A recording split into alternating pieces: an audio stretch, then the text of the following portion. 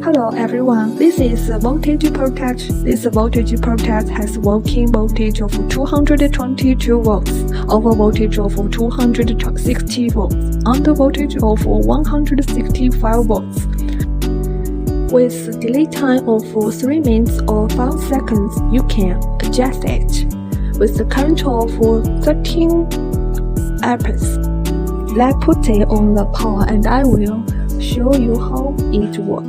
Our input voltage is around 220 volts, which is the normal working state. The green light means 3 minutes, the red light means 5 seconds. Now the voltage is being output. So the fan is working. Let's test the overall voltage protect to increasing the voltage about 260 volts. It will disconnect the power automatically. Let's bring back the normal working stage, which is around 213 volts. It will enter delay time of 1 second before bring back the electricity.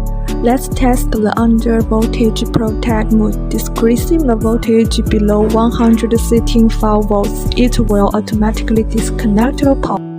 Basically, the use of this voltage protect is to protect our home appliance from unstable electricity flow, which can damage our home appliance such as the fridge, TV, laptop from unstable electricity.